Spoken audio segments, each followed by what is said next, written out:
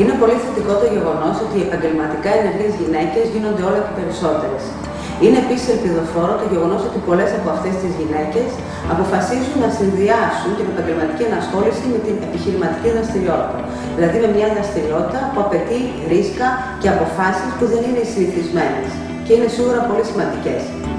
Σε αυτή την πορεία, σε αυτό το συναρπαστικό ταξίδι, που όμως είναι και δύσκολο, σημαντικό εφόδιο αποτελούν τα 3 Α κατά τη γνώμη μου.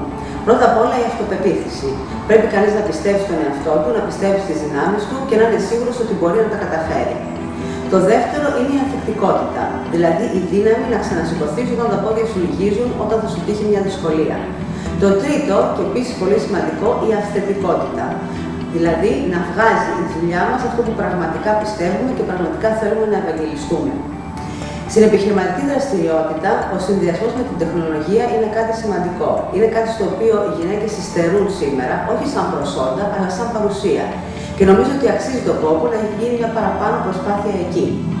Όλα αυτά αν συνδυαστούν και έχουν σαν στέγη το ΑΠ, αυτό που εγώ λέω άοπλη ή αδιάλεκτη προσπάθεια, τότε είναι σίγουρο ότι θα καταφέρουμε ένα διαχρονικά επιτυχημένο αποτέλεσμα που είναι και το ζητούμενο τελικά στη ζωή.